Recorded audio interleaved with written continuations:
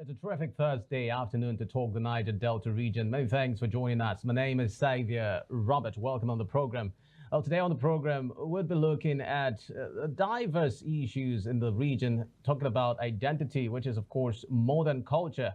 It's also a force for development. Today, we ask how can ethnic nationalities like the Urhobo, Ijaw, Ogoni, Bibio, Anang, and others shape the progress of the Niger Delta? Is not just as custodians of heritage, but as active players in governance, infrastructure, and peace building. We'll also on the show today be looking at abandoned projects or stalled projects across the region. We explore models that actually work from Akwa Ibom to Delta. Are there frameworks that can ensure projects are not just launched, but completed, sustained, and owned by the people? We'll also be x-raying some adoptable success stories within the region, talking about governments of the region who have also been able to contribute their quotas to getting projects done and completed. My co-host, Jennifer Pius, is next. Hi, Jennifer. Yeah. Good afternoon to you. Good afternoon. It's good to It's a beautiful see you Thursday again. afternoon. Indeed. And I'm happy that we finally get to connect to have sunlight. Indeed. It's been something else. Having rain. Is it even that sunny? I don't think it's that sunny. It's not that sunny, but at least we have something shining. Well, if you were to ask me, I actually prefer the way it is. I like the weather. Oh, really? And then somebody would say you're foreign in Nigeria. Yes, I've you heard are. somebody tell me that. Indeed. Well, a story of interest cuts across in renewed push to empower young people in Ogoni land. The Hydrocarbon Pollution Remediation Project, HYPREP, has flagged off the second edition of its International Career Enhancement and Employability Workshop. The two-day event holding in Port Harcourt is designed for fresh graduates and students from tertiary institutions across the region with a focus on practical skills and employment readiness. The project coordinator, Professor Barini Zebe, in his welcome address, said the workshop reflects HYPREP's broader commitment to improving the lives of Ogoni people, not just through environmental cleanup, but also through human capital development. Also speaking, the lead facilitator, Dr. Odon Akinmo, urged participants to embrace self-reliance and leverage the training to plan their own career paths. So, reaffirms our commitment to inclusiveness and continuous skills development as strategic pillars, HYPREP's efforts to restore and improve livelihoods in the Ogoni land. The principal framework for careers enhancement and employability is still the same. It's about increasing your capacity through the general network, so is that the same? But also levels of intentionality. And one of the activities we did as well was getting the students to brainstorm about some local issues in the Ogoni land that they can apply. They can tap into these issues and begin to apply what they have learned to look for scholarships or fundings around that area. So those are some of the things we covered in the session. Well, we can never underestimate the power of human capital development. This is what drives economy. It is what drives so many government administrations, and in fact, it is what drives the people and pushes attention away from crime, from illegal activities. And I must commend HYPREP, at least this time around, we're paying attention or pushing the attention away from cleanup exercises to the people. And it's highly commendable. Indeed, when events or stories of this nature come out, usually everybody would be very excited, especially when it has to do with youth empowerment. And looking at the role of HYPREP, I'd like to ask, and I'm sure some of the community members are also asking, the primary role of HYPREP as it was established through that UNEP report in 2011, was that it is supposed to be more engaged actively when it comes to the cleanup exercise that's going on in Ogoni land and all of that. But then the question is, how much of work has HYPREP been doing when you talk about the primary assignment that you are asked to come do in this society? Yes, it's good to empower, it's good to give back to the youths of the environment, but then you have to, focus on that primary assignment, because no matter how far your empowerment goes, as long as people are still having to drink contaminated water, as long as people are not able to go to their farms, they're falling ill because of the oil exploration and all of the devastation going on there, we're still going to be having issues. So primary work should be focused, of course. secondary can always come in. Yeah, indeed. And we can't leave out the aspect of the primary assignment, which is cleanup, environmental, taking a look at the environmental situation in Ogoni land. And we know how the Niger Delta has been since the discovery of oil. And the discussion has always been the environmental hazards of the people. And so if you're delving into a secondary aspect, which is the human capital development, I think the primary should have had at least an 80% progress. And then you level up with the secondary, which is the human capital development. And except this human capital development captures primarily training on cleanup exercises, training on environmental care and all. I think that will also make it, but we still commend them for at least trying this out. Absolutely. So let's bring you Niger Delta updates for today.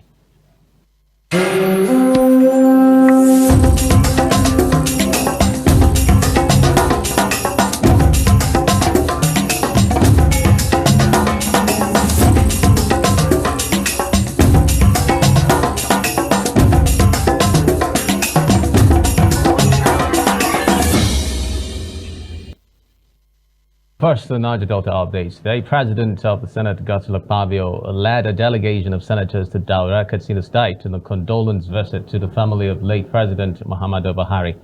They were received by Buhari's son Yusuf, his nephew Alhaji Maman Daura, and other family members. The senators also visited the Emir of Daura, Alhaji Farouk Umar Farouk, where prayers were offered for the repose of the late president's soul. The delegation later visited the Katsina State Governor, Dr. Diko Rada, at the Government House.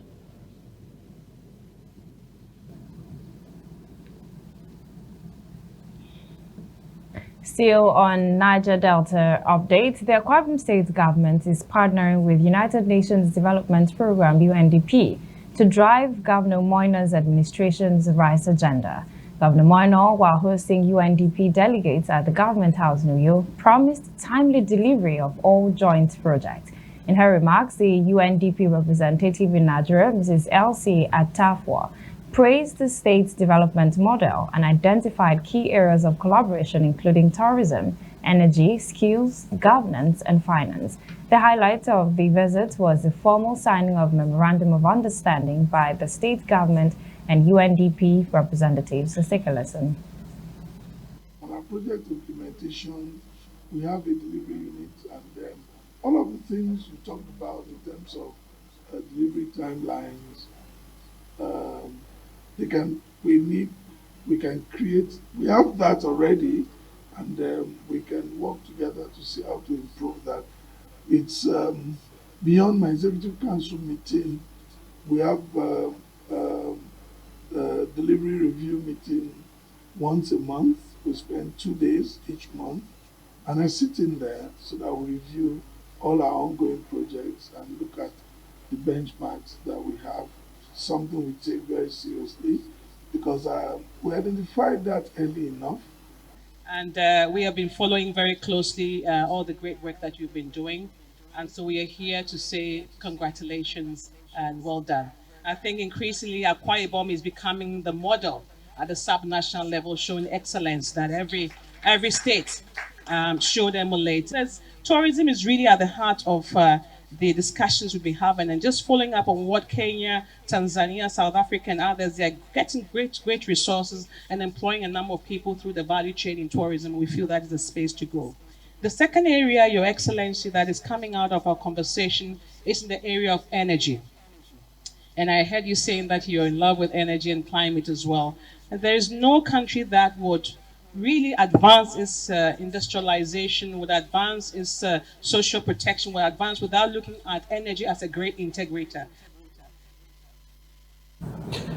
Well, next on Niger Delta updates, environmental experts are urging federal and state governments to implement effective drainage systems to curb the impacts of heavy rains, including flooding, landslides, and erosion. A briefing newsman, Professor Imo Upong at the University of Uyo, warned that uncontrolled rainwater could increase mosquito breeding, spread diseases, and pollute water sources, all posing serious public health risks. Also lending his voice, climatologist Professor Kanem said Nigeria's location in the equatorial zone is driving a rise in rainfall intensity, highlighting the need for urgent mitigation measures. And while soil scientist Professor Trenchard Ibia advised farmers and landowners to embrace practices like tree planting and proper water management to prevent soil degradation. If too much water comes down within a short period of time, it will cause flooding. And if the rain is not sufficient, it will cause drought. So it's positive. It affects farming, because if you plant too late, you will be planting right inside the rain and your crops will not do well. If you plant too early, you will plant and the rain does not come in time to nourish the crops, and that will still be a problem. So that is why farmers watch the sky. Elsewhere, they listen to forecast. We're close to the coast. We are in the equatorial environment, and those are two major factors that determine our rain. But there are other local factors, like what we call micro factors, that influence the intensity and the impact of those rainfalls. But generally, what affects us is our location. We are close to the coast. We are very close to the equator. That's why we have intense rainy season.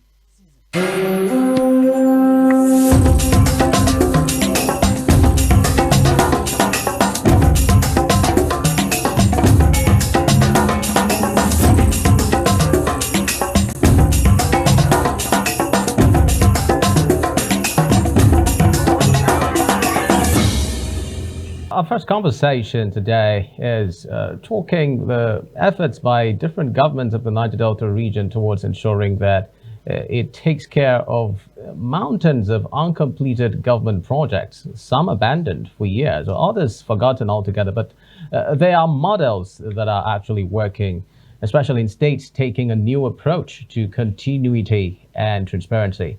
Now, on Wednesday, Akwa Ibom State Governor Pastor Moino said his government has so far spent 100 billion naira in 2 months for the completion of projects across the state. Pastor Eno, who announced this during the commissioning of the 10,412 kilometers hospital Ukbom-Mabak Idori Pepsi Junction Road, stressed his administration was able to achieve this by adopting the interim payment certificate IPC approach to contract awarded as part of measures to ensure prudent funding and timely delivery of projects. Here's what Governor Moino said. Assure contractors, there's no contractor working for this government that will be owed. Before we issue a contract or award a contract, we have set aside funding for that contract. We have set aside funding for that contract.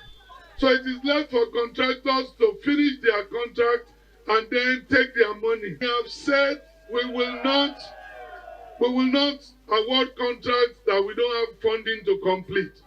And so when you see some of the roads and projects we have done, funding is already in place.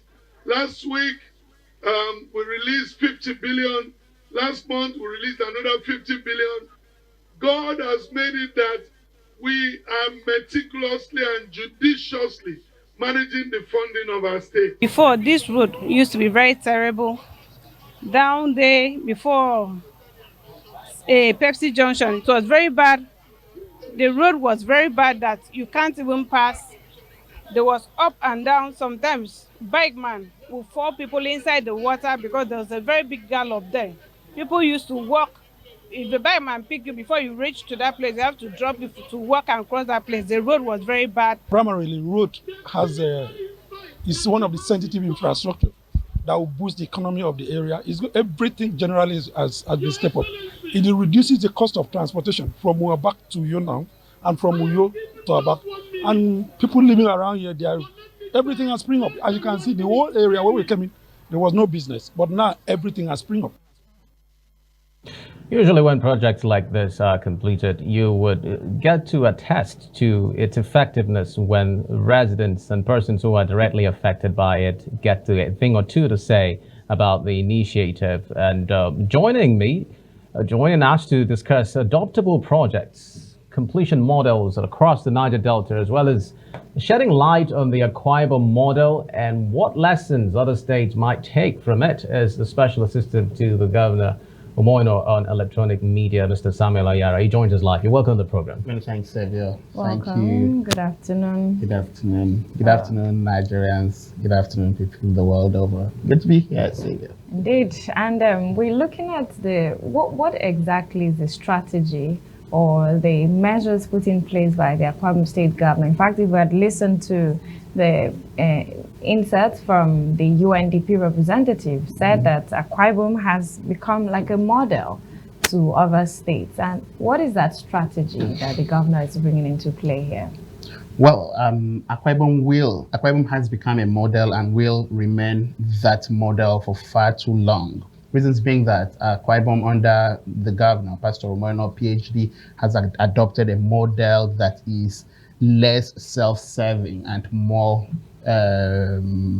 populistic in nature. Akwa Ibom has Akwa Ibom under Governor Omoino has arrived at an idea that puts the people first. It doesn't matter if the governor has his name or imprimatur on the project, but if the people are served by it, it's good. It's a go-go for Governor Omoino. So this we have seen find expression in quite a number of sectors since the governor took over office in May 29, 2023. We, again, a few months after then, when we saw the commissioning of the Oron Road expansion all the way down to the airport, you will recall the governor had then declared that he had the finisher's anointing.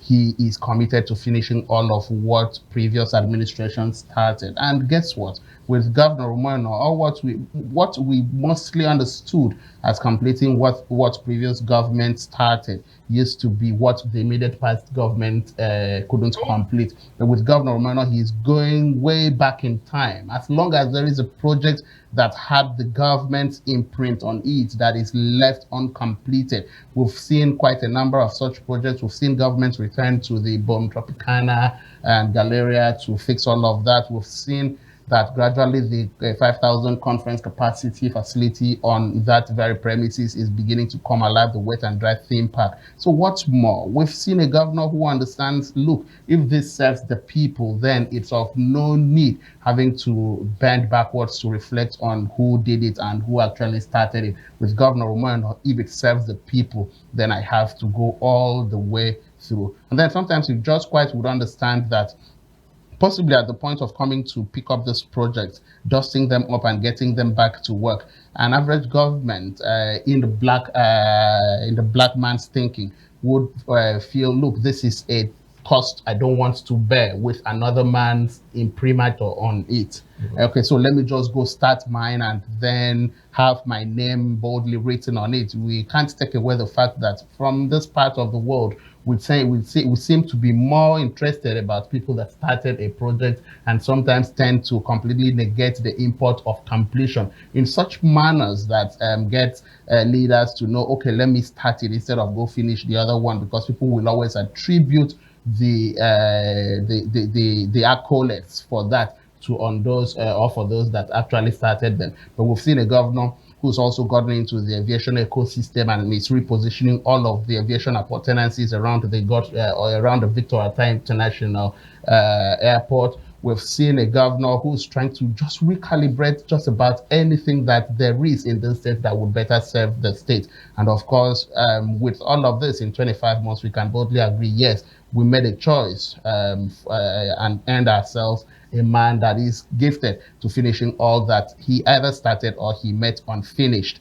when we went to the ballot and to cast our votes for the governor. And then we're beginning to see all of this come to place. We are seeing him repurpose a lot of things, Savior. So much has been repurposed and repositioned, and then it feels to me like, yes, we've never seen it this good. And I don't know how better this can get, but at this, it is pretty good. Mr. Ayara, I'm still going to bring you back to that conversation around the model that the governor adopted. He calls it interim payment certificate.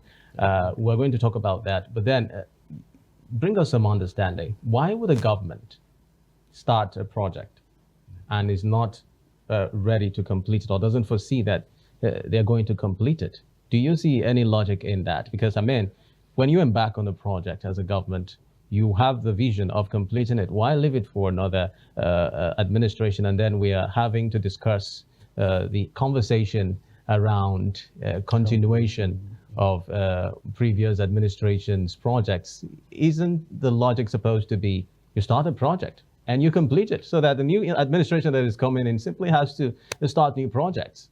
Well, Xavier, there is a cost component to projects when they are prolonged. And then you never sometimes really get to understand the intention of these contractors. Okay, so I bid for a job at 10 naira, I get it, and then feel like, look, if I delay this job a bit longer, I could actually get another 10 naira in variation. So sometimes we've come by leaders who don't so much pay attention to how much the state would lose when contractors are not kept on their toes to fix all of what should be fixed. So we get to see contracts go for variations 2-3 times within a cycle that was forecast that it was supposed to have actually ended. So governor, we also heard the governor say yesterday, don't come to me for variation, because he understands the intrigues and then he understands this is why projects stay for so long uncompleted. So with Governor Eno, he's quite pointed, he's unbent in his resolve. Look, when you get a job, be sure you do it.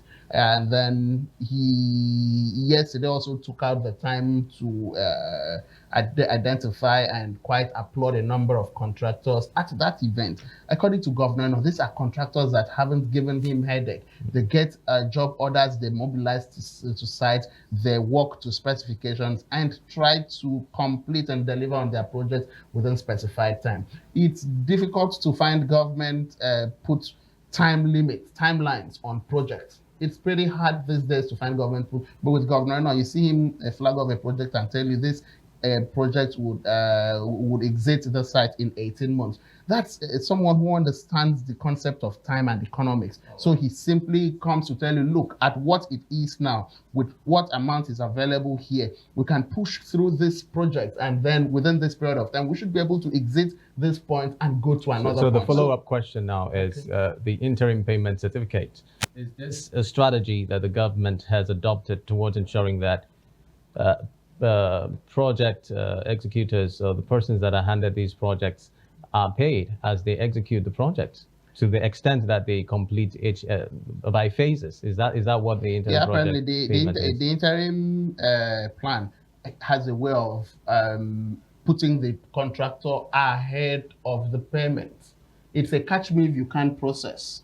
So you're not going to get government bring you money in bags and then you go warehouse it somewhere and then begin to think, okay, today should I do this? Should I not do? Government gives a target. Okay, from this point to this point, this is what we want you to do, and okay, and then this is the value of that. You do to a certain limit, government pays you for what you've done. It puts them on their toes. Yes, it puts you on your toes because you don't have this money warehoused. And then it has a way of giving government the guarantee, okay, if you walk out on the job, they can always continue that job with another contractor without having to chase you around for refunds and perhaps some other cost or perhaps legal issues. Well, we'll be looking at the aspect of continuity. We understand that there are certain projects that look at long-term completion plans. And if specifically we want to look at the Ibom Deep Sea Ports and a number of other projects, there are some projects that may not just be completed within a span of 4 years or 2 years.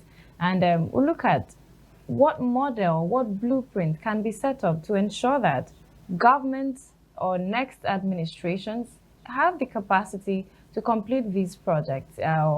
Perhaps another institution comes up, they can follow up with the blueprint available to complete the project. It's for the people generally and not really about the name or who does the completion. Well, before now, we quite weren't so much interested in who actually completes the project. Our focus and target at before now used to be on who actually started it. Reasons we had liters of uncompleted projects where people who were ambitious at the point of conceptualizing or ideation periods of these projects, just thought, okay, we can have this, we can build Akwa Ibom in the skies without thinking of how this was going to be possible. But with Governor Eno, continuity has become the norm. So it doesn't look like, it looks like it's now unusual to imagine that a leader would ever come in future that will not be committed to completing ongoing projects. Because in one lifetime, we've seen government abandon projects. In another, we have seen government come in and make deliberate effort at completing those projects so the people can take good value, can derive full value from such completion. So what do we have? It begins with the ability to bring the states together. It even begins with the political will of being able to bring the states together in one space. It begins, it stretches through reconciliations. It furthers into the ability to consult with the people, to bring the people together to know, okay, what is of priority? What can we start off with? What can we leave for now and then get back to later? And then when we begin to build this kind of consciousness around leadership, trust me that there would no longer be any time in future where we would be complaining of uncompleted projects. What do we have today? We have a concept in politics that is referred to and celebrated as Akwa Ibom United. And Akwa Ibom United means, look, if you belong to this political system or the other, come, let's brainstorm, let's cross-fertilize ideas, let's look at how these things can work. Why did that project not work? We talk about it and find a solution to it. Perhaps sometimes solution with practicable, workable solutions. And then you get to see, that's where you get to see some form of realignment. That's where you get to see some readjustment in plans and designs. And then you see that in the long run, it works and it becomes almost what the people would have wanted. So in Akwa Ibom State under Governor Moran, I think we have gone past where people would be afraid government won't complete a project. We've rather built a new consciousness, the new consciousness that would bring everybody to the understanding that, look, we must all work towards completion. Okay, you might mention earlier of priority, and there's cases where some emergency activities or need for certain projects come up. How does the government manage that to ensure, for instance, we're looking at warnings of flooding and perhaps there are other projects ongoing. How does government have to manage those situations to ensure that even while there's a priority on an emergency situation, these projects could still be ongoing? Well, under Governor Mono, we've seen proactivity work on all fours. We've seen proactivity, we've seen responsiveness, we've seen government commit to its cast, we've seen government commit to delivering on its mandate. We've also seen government jump the queue to sort out an issue it considers threatening to either the socioeconomics of the place or the livelihood of the people. So with Governor Mono, we have seen, okay, we've heard of the warning from the ecological agencies of increased rains this year, and then we understand where we belong, where we situate, the lower basin. All of the flood gathers here. So what has he done? It's been more than 5-6 months perhaps since the governor set up an emergency and flood management committee headed by the deputy governor. It has the commissioner for environment and quite a number of people within the environmental management clusters. They are there working day and night to ensure that where we have blocked drains are cleared, that drains are cleared, the underground waters have sufficient passage and then are adequately emptied into where they should head. I think that regardless the warning and its veracity, Akwa Ibom State has so far also prepared adequately to make sure it doesn't take us unawares. But beyond that, again, there are structures. There are functional and workable structures across the different communities, and the governor is not leaving anything to chance at mobilizing all of these people to the center and ensuring that everyone gets responsive and committed to what should actually be. We have to go, but I'll let you 30 seconds to give us insight into what you feel this model that is working in Akwa Ibom State should be adopted. Do you think it can be adopted across other states in the Niger Delta region, and how effective will that be to the overall growth of the region? Well, as for the overall growth of the region, this is a region plagued with quite a lot of consequential issues bordering on environmental crisis and human negligence. And then, so when government begins to pay intentional concern, when government give intentional approach these things intentionally, you begin to see that what used to cause 80% headache yesterday, if approached today, the headache could reduce to 50, further reduce to 30, and then before you know it, like there was no headache, simply because you're having your medication. So governments around the region should build a structure that brings them together to discuss this thing on one table. Let's take on infrastructure, let's take on citizens empowerment, let's take on agriculture, let's take on all of this, and then let's see it as a policy plan that brings everybody on the desk. When that is achieved, you will see that the region will grow along the line in the same manner. Mr. Samuel Ayara, Special Assistant to Governor Moino on electronic media. Thank you, especially for coming on Niger Delta today. I appreciate your insight. Thank you.